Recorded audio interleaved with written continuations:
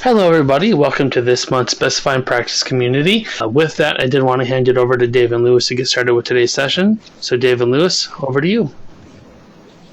Well, thanks, Matt. This is Dave coming to you from southern New Jersey, and wow, what a beautiful day here for November. We're in the 70s, and just had a phone call earlier with someone from Florida. They couldn't believe the temperatures we're having today.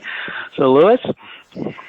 Hello, everyone. I'm coming to you from very cloudy and overcast Hermitage, Tennessee, a suburb of Nashville, but it's otherwise rather pleasant.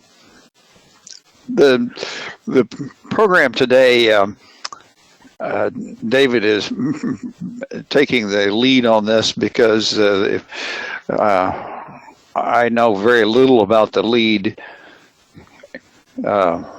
program, and so he's going to be doing it. But I do want to say in advance that both of us are committed to the concept of sustainability, and what David is going to be talking about today is not necessarily a criticism of the LEED system or Green Globes or any other system, but he's going to be talking about some issues about how to specify the sustainability goals so that you get what you want, and two, to avoid unnecessary liability exposure, which is a very serious concern. So with that, I'll get out of the way and monitor the question box. Oh, you're not going to get out of the way. I know that. You're going to find some way to poke at me all the way through this presentation. So we have a poll to start, and Matt, maybe you can put that up, and I'll just chat a bit while we get everybody to weigh in on this poll. What's happening to me is we're involved in quite a few sustainable design projects, and there have been so many different approaches as to how to deal with this.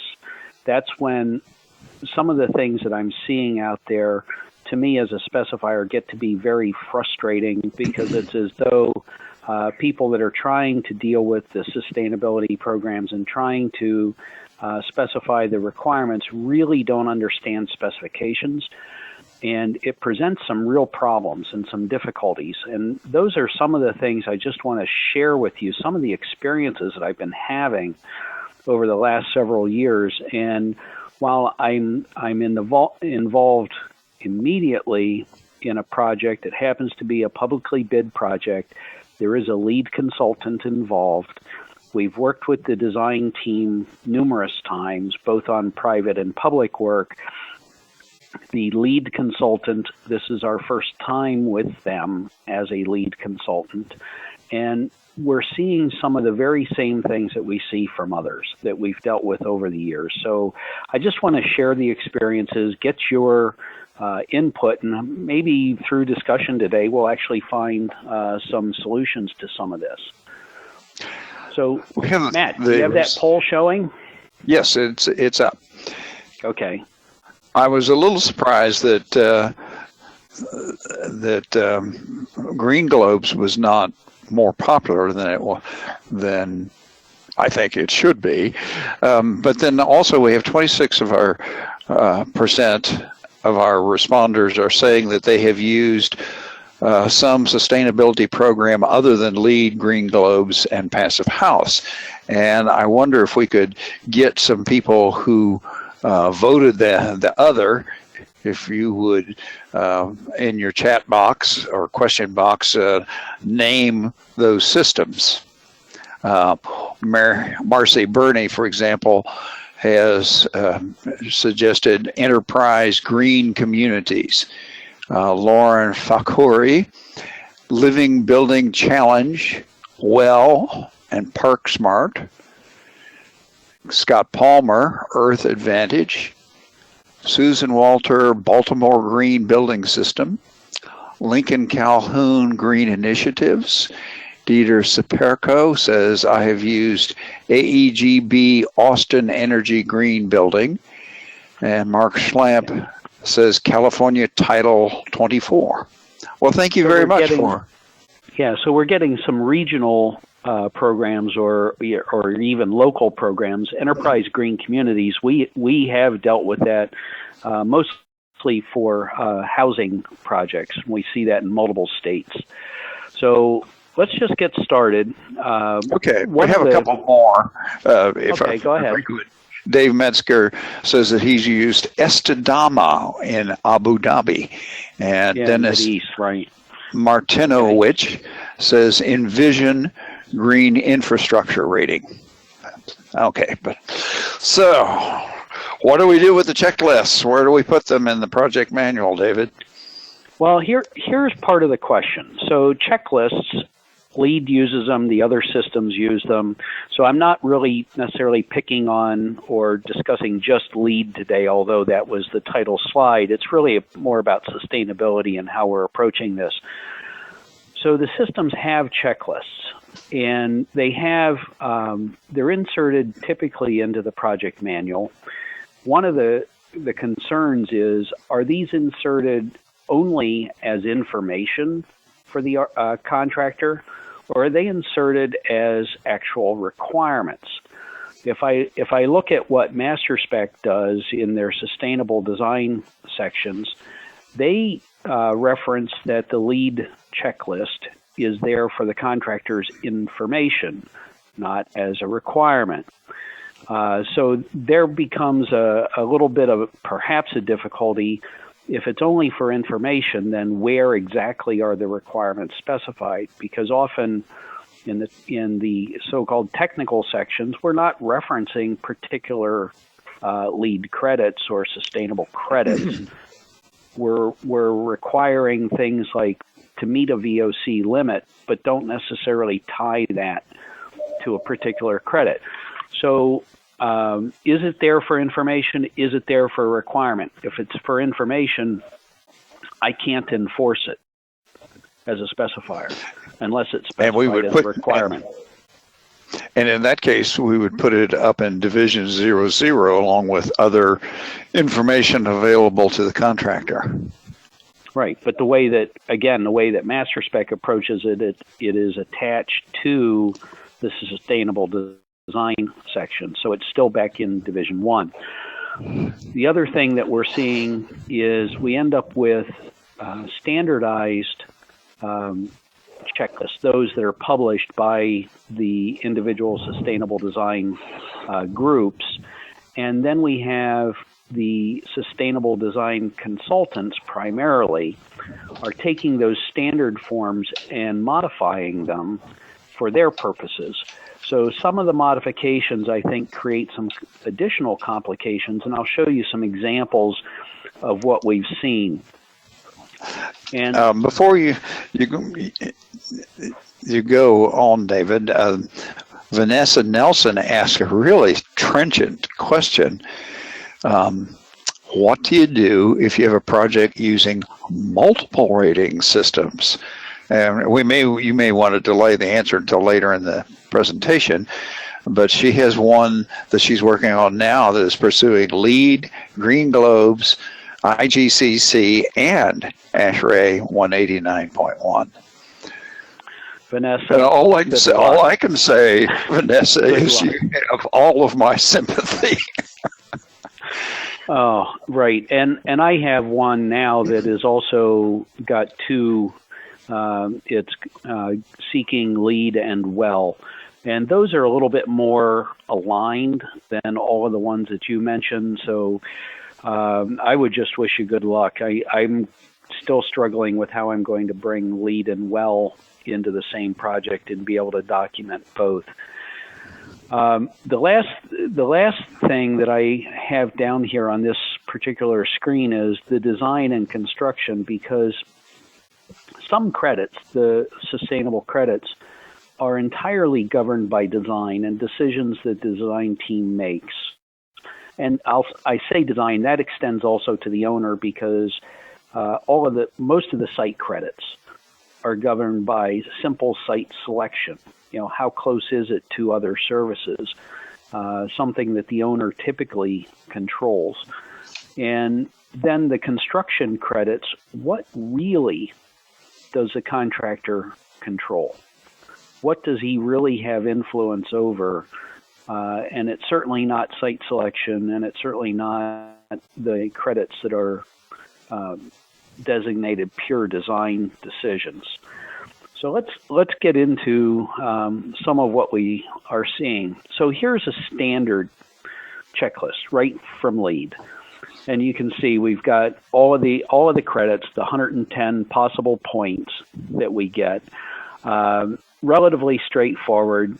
Check the boxes, identify the credits that you're going to seek, total the points, and decide whether or not you're going to be able to meet the individual rating system that you're attempting. Straightforward. And the question mark column is for the things that may or may not work out once we get the building construction started? Yes. Well, may or may not work out as far as obtaining the credit. That's what I mean, yes. Yes. So here's a form from this recent, the project I'm working on now, that is a publicly bid project, local municipality. The lead consultant has taken the standard LEED checklist and they've modified it. I'm only showing you a part of it, and there are pieces that are cut off, but I'll come back to those. And you can see that there are some differences. Instead of 3 columns of checkboxes, we now have 4. There's another additional column added for some designation, and we'll come back to talk about that. But the consultants are taking some liberties with how these checklists are being used, which also presents some problems for including them in the specifications. Because if they're trying to identify concerns, considerations that apply only during design, and we add those checklists into the construction specs, do we complicate our lives? And I think in some cases we absolutely do. So here's the crux of the USGBC checklist. Yes, Y for yes, question mark, and no. Each credit's identified this way, but what does it mean? You know, USGBC, you read the manual and they'll say the question mark is maybe. Maybe the design team, maybe the construction team can actually achieve this credit. Can I specify maybe? Does maybe become a goal that cannot be specified as a requirement? Going back to this public bid project, the goal is to hit LEED Silver, which is 50 credits. They've identified 50 credits with yes. They've identified an additional 19 as maybe. So USGBC always recommends, right in their reference manual, identify enough credits that you have a cushion. And in this case, they're at 50. The minimum requirement is 50. There is no cushion. If the design team or the construction team misses 1, they've missed it. If something of the maybe credits is actually possible, perhaps they'll have that cushion. But can we specify maybe as a requirement? I think this becomes one of the major issues and presents a problem both for the specifier and for the architect CA team in enforcing this.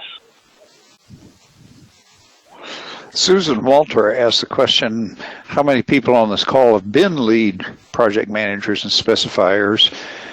Perhaps you're overthinking the maybe issue.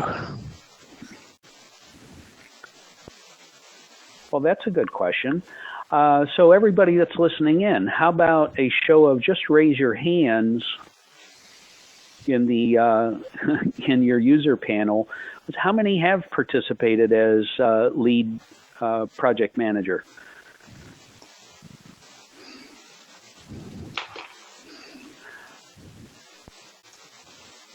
What are we seeing there, Matt?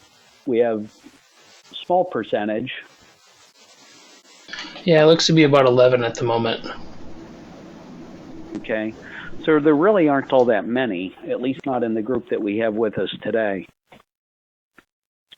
Vanessa Nelson remarks that maybes are a helpful tool during design, but there really should be no maybes by the time the project gets to construction, because it becomes permission for the contractor to achieve the minimum of points.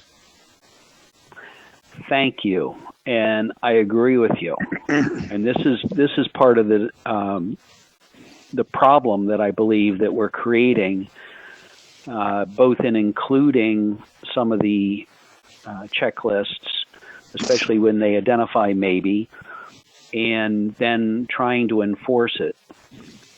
So this is the checklist that the couple of headings coming out of this public bid project. You can see 50, but they don't even say yes.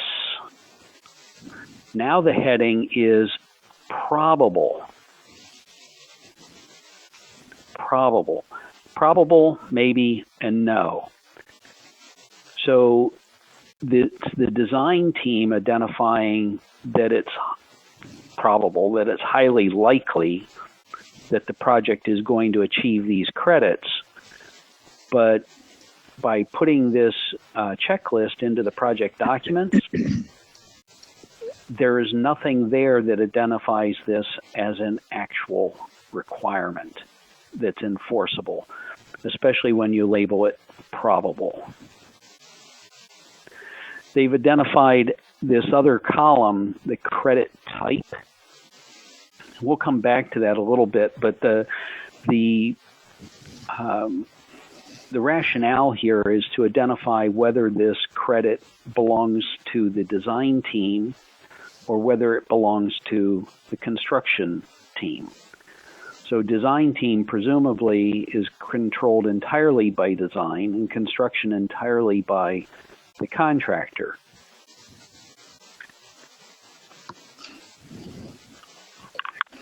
This particular lead consultant, and we've seen this on a number of times, identifies the responsible party as part of the checklist.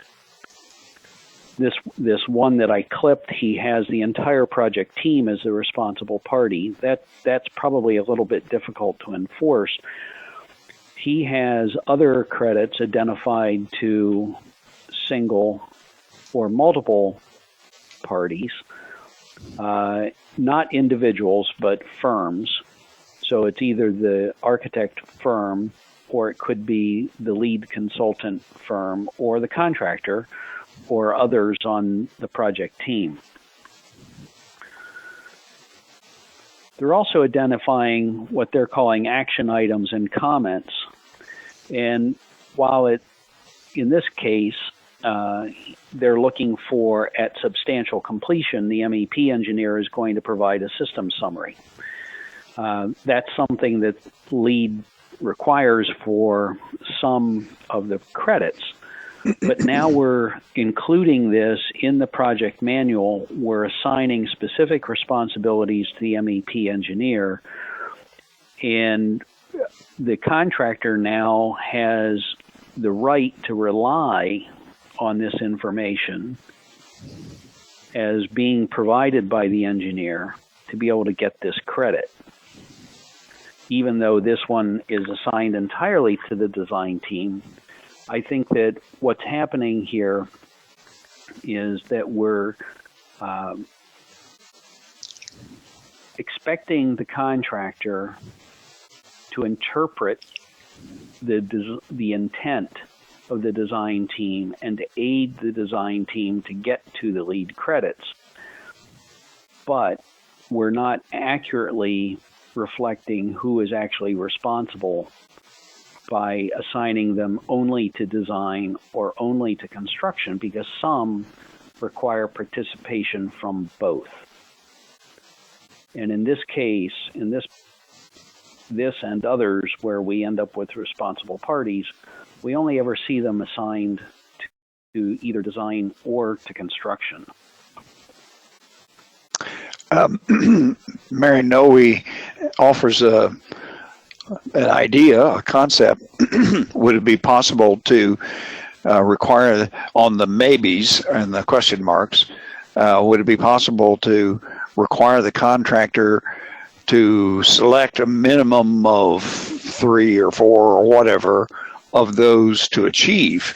And the contractor then gets to select which credits are the most practical for them to achieve from a list. It's an excellent point, and I believe that would be possible, but the projects that we see as they have been issued, as they're currently being written, don't provide that as an option to allow the contractor to have discretion about which credits to achieve. Maybe Mary is quite candid when she says that it's an idea that she hasn't tried it yet herself. So no, but that's what this is for. What these sessions are for is to share ideas like that. Right. Okay, so Matt, here's a good place for the second poll. If you would do that, if you could get that started for us.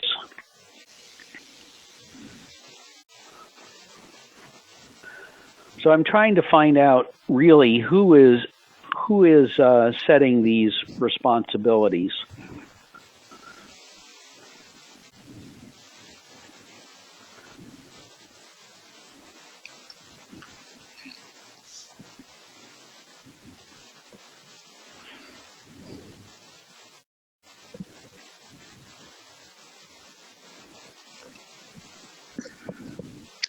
Well, so far we don't have a single vote for the construction team.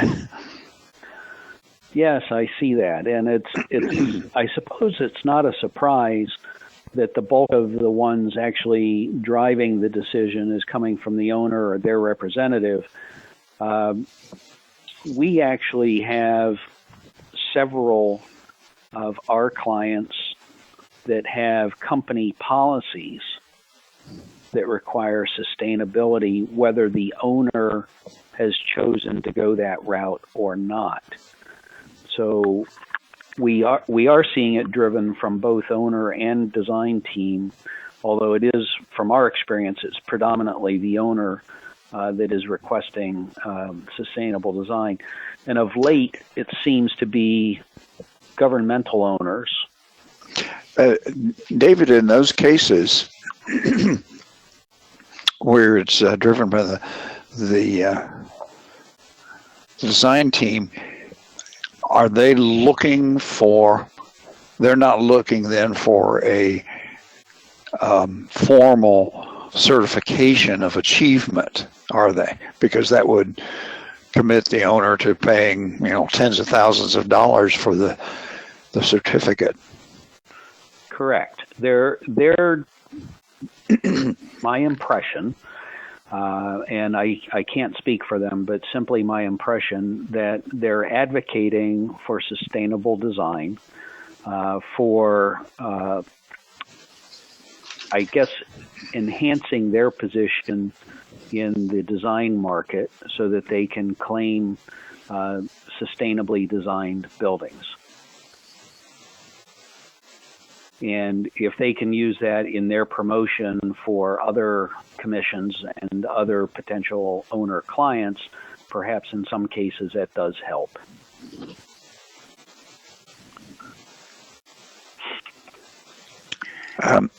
We have a couple of comments.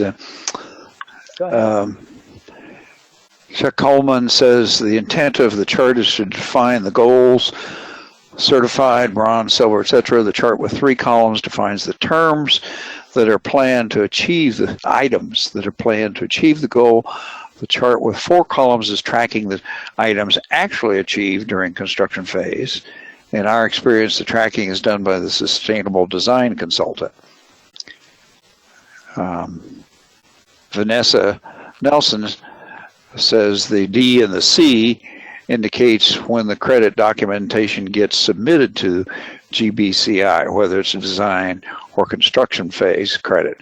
Contractor has ultimate responsibility for construction phase credits, but design team must put in requirements in the specs. On that note, it would be helpful to hear how LEED version 4 material credits are being specified. David's going to tell us all about that.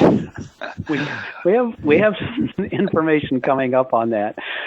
And I would agree with you. They're identifying the design credits because at the end of the design stage, they can submit the documentation. They don't have to wait until the end of the project.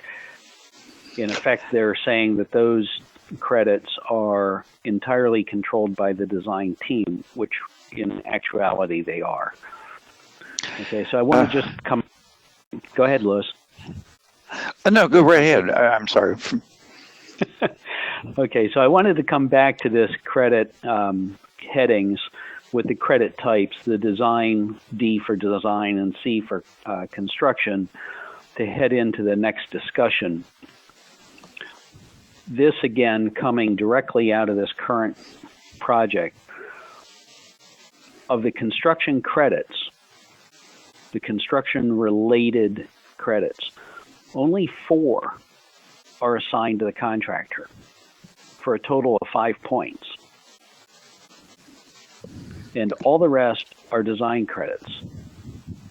Now, these are the credits that they're marking as yes, that the project can achieve them. So if this is truly the case, the contractor has control of 5 points total. That's 10% of the total that they need to get to LEED Silver. So really, the contractor has precious little influence over whether or not this project is going to be certified. And the credits that he's assigned, I will tell you, are, I almost call them default kind of specification credits, which virtually every project that we have that is a sustainable project, the design teams will always select these credits as being possible.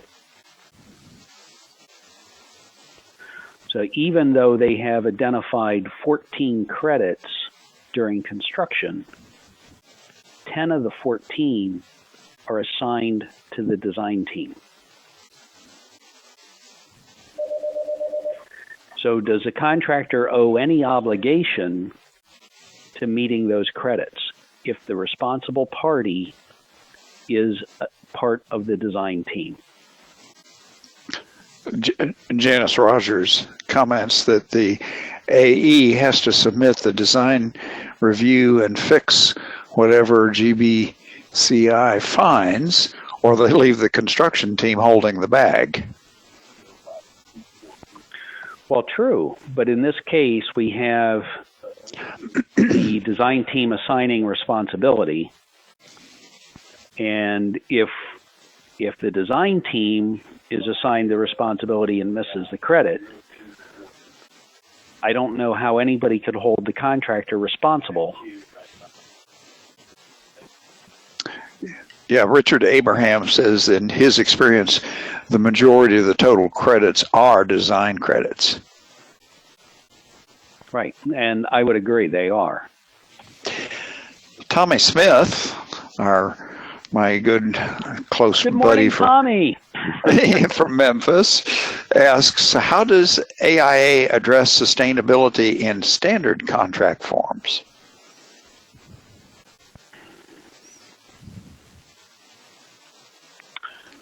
I'm not sure that they do. Isn't that always an optional thing? It is, and I believe in the 2017, it's actually now a separate add-on to the contract. Yeah. I have not used the 2017 documents yet, but I believe that was the approach they were trying to take. Vanessa Nelson says, what if the LEED spec and scorecard are in the bid set? Then the contractor knows what they're signing up for. Well, that's kind of the whole point of our presentation here, is that we need to make sure that there's a clear distinction between what is informational and what are contractual requirements that the AE is going to have to enforce. Right. So what I'm seeing, and I've labeled this maybe pejoratively here, but administrative burden. I've had the discussion with this particular lead consultant, and it ended up essentially going nowhere.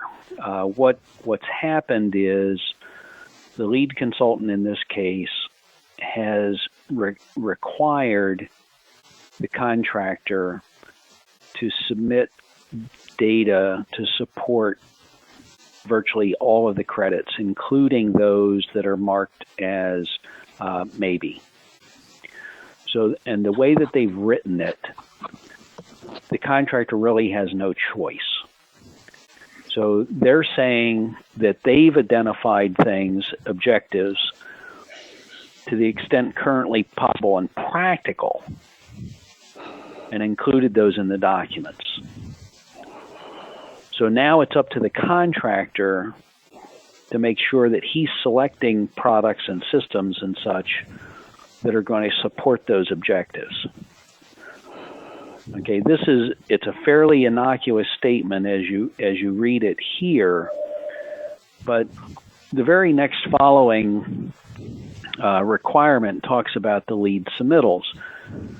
So the lead consultant in this case is saying for all work, divisions 3 through 10, and then in divisions 31 and 32, the contractor is obligated to provide all of this data for every product.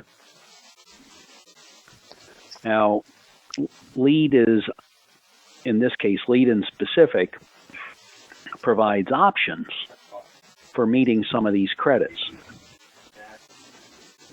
It goes to one of the options, but the contractor is faced with providing all of this data, yet the design team has identified EPDs as a way to get to these materials credits. So we've already created this massive overhead burden on the contractor if this is actually enforced. And if it was, it would significantly increase the cost of construction of the contract. It would, because somebody's got to pay for the time to collect all the information, submit it. The architect's got to review it. The lead consultant has to review it. Somebody has to file it. And when it comes right down to it, if they provide the 20 EPDs, they've managed the credit that they're actually trying to achieve. Gail Ann Goldstead has a couple of interesting comments. She says on their firm's international projects, they design in accordance with the IBC, but when we're on a project going for LEED, it's a black hole. And then later she says, in a separate comment, per our sustainability director, submittals of EPDs are huge. I assume she means critically important to her. Right. And what happens too, at least for some firms that we work with, the sustainable design submittals are independent of call it the technical submittals to show compliance with the contract document. So you're actually making two sets of submittals. And now the AE team really has to look at two sets of documents and manage two sets of documents. So if we're collecting massive amounts of data that the architect and design team has to review, it's a huge burden. Yes, and I'm sure they didn't think about that when they wrote these paragraphs. Chuck Coleman. Not sure that they still understand what they've done or what they've created. Some of us have been known to write things that we didn't understand the implications of. Chuck Coleman says, I'd recommend that we invite a representative from Sustainable Design Consulting, a firm that they use for sustainability, to make a presentation on how the process is properly organized and managed. Our specifications include general requirements in Division 1 with the scorecard and more specific requirements in individual technical or product sections. During construction, sustainability consultant tracks progress and performance in parallel with the AE team. If you'd like to make a recommendation, send us the name and contact. We'd be happy to chat with them and see if they can present their side of the story. A better way to do it. We're all looking for that. Yeah, as I said in my introductory remarks, we like the idea of being energy efficient and sustainable and achieving some level of sustainability. But the question is, what's the best system and how do we do it? And how do we accomplish it in a way that's not onerous or ridiculously expensive and is covered by the design fees that we know that we can expect to get from our clients. Right. So I started talking about in LEED they have options about how to meet particular credits. Some have one option, some have two, some have more.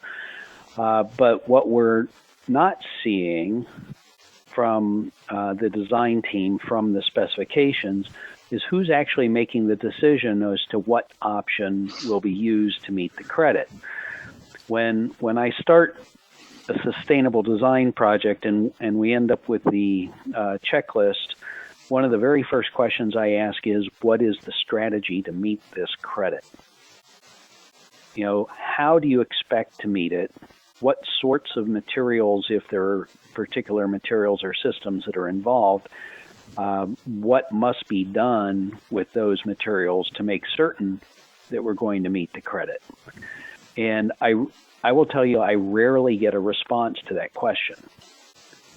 So if we're looking at multiple options now for credits, who is making that decision? Does this fall to, if it's a construction related credit, does that really fall to the contractor? Can we allow the contractor discretion to say, pick one, the other, or any of these options? Just do whatever you need to do to get this one credit. We have a couple of a question and a comment on the question. Janice Rogers asks, I think now that we can use some of the MEP items as materials, who decides that and adds the requirement to the specs? And Susan Walter comments, fair question, especially with version 4 of LEED. Project team and specifier must work together to understand how they're going to get the credit and where in the spec you need to nail it. Exactly the point, Susan. Because if we're going to specify the requirement, gosh, we need to know where to put it. We need to know what the emphasis is. We need to know what the design team is expecting to see in documentation to make sure it happens. And Tommy asked a politically incorrect question. He says, are LEED consultants typically architects or engineers?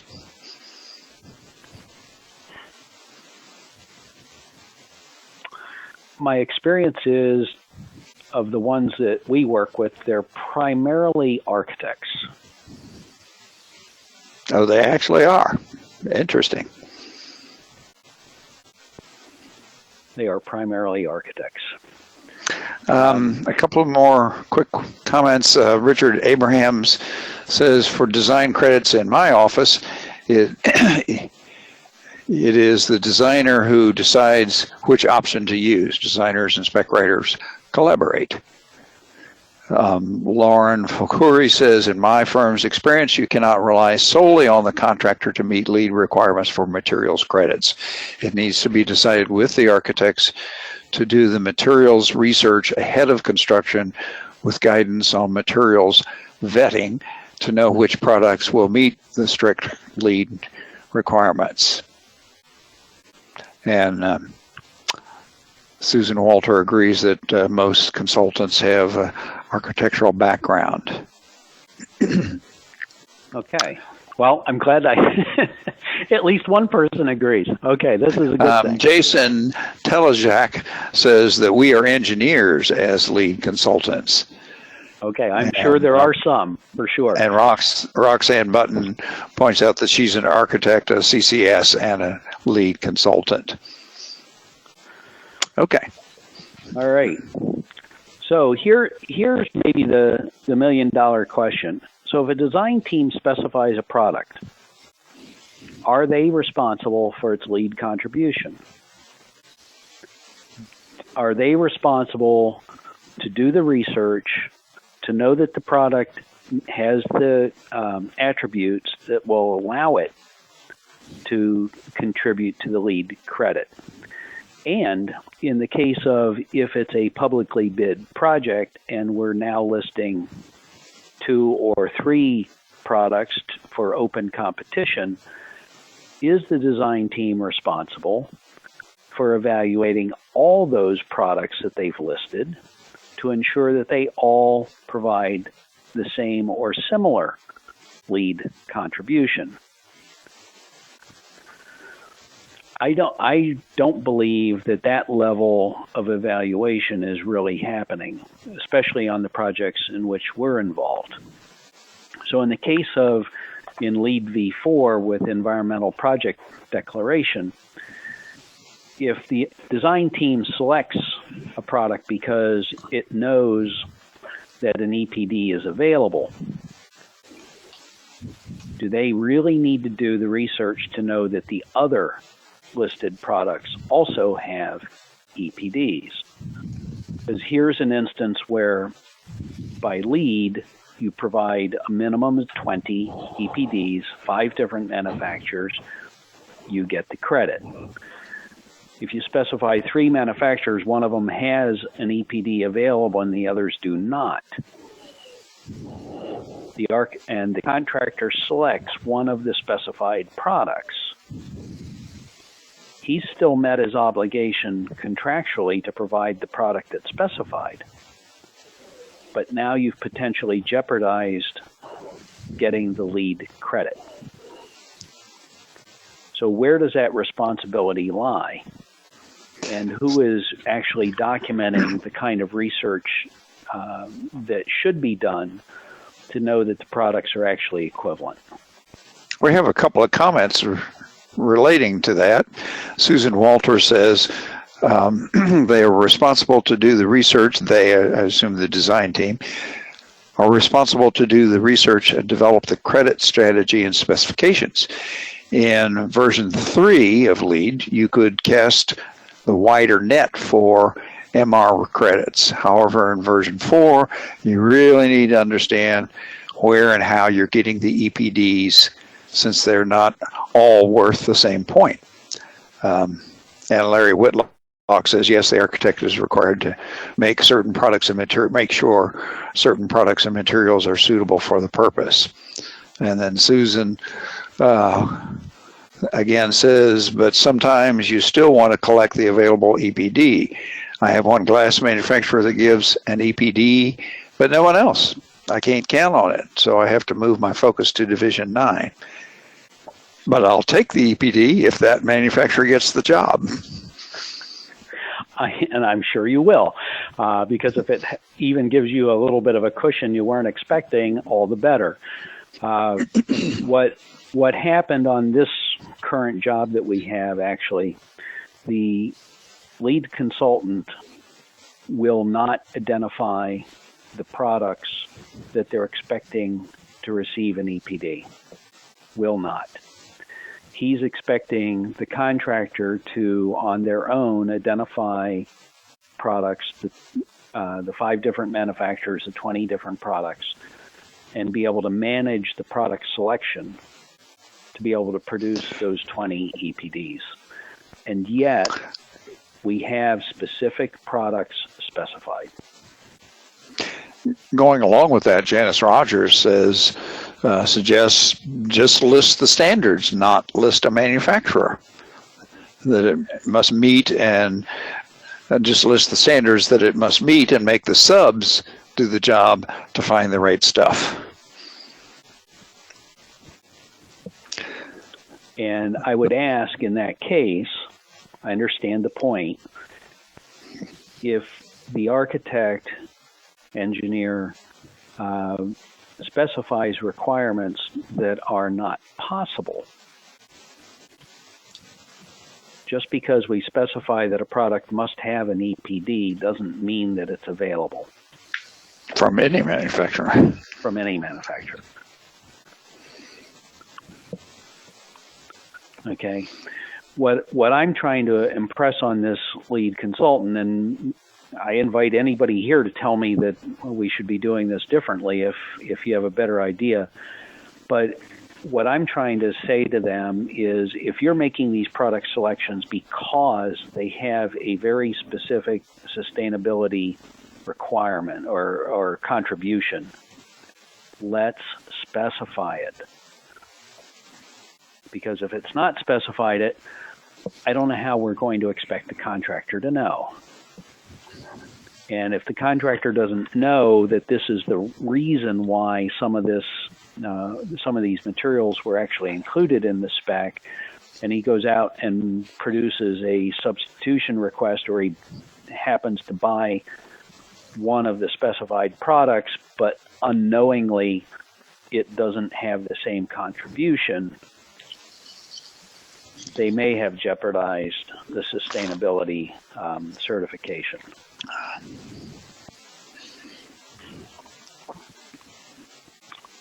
So we're coming to the end, and I want to finish with this. This is coming right out of the LEED reference guide, BD and C. This is not new for version 4. And I'm wondering how many users actually realize that this essential indemnity clause exists in the LEED reference guide. And I'm wondering, too, if the indemnity includes USGBC and its members. Because members can be individuals, it can be firms. We could have the entire design team indemnifying itself against any claims about sustainable performance, meeting sustainable requirements. And it's interesting to me that they ended up including the United States government as part of this disclaimer. And it's most likely the result of the fact that the government is actually requiring use of LEED for some circumstances. Susan Walter says that this disclaimer has been clarified by USGBC, and it does not cover members, just ordinary members. I'm not sure what that, it does not cover members, just ordinary members, meaning individuals only? I mean, firms or individuals or whatever. Okay. I assume that's what Susan means. Yeah, she says just the organization. Okay. It doesn't clearly say that. And this is as published in the current reference guide.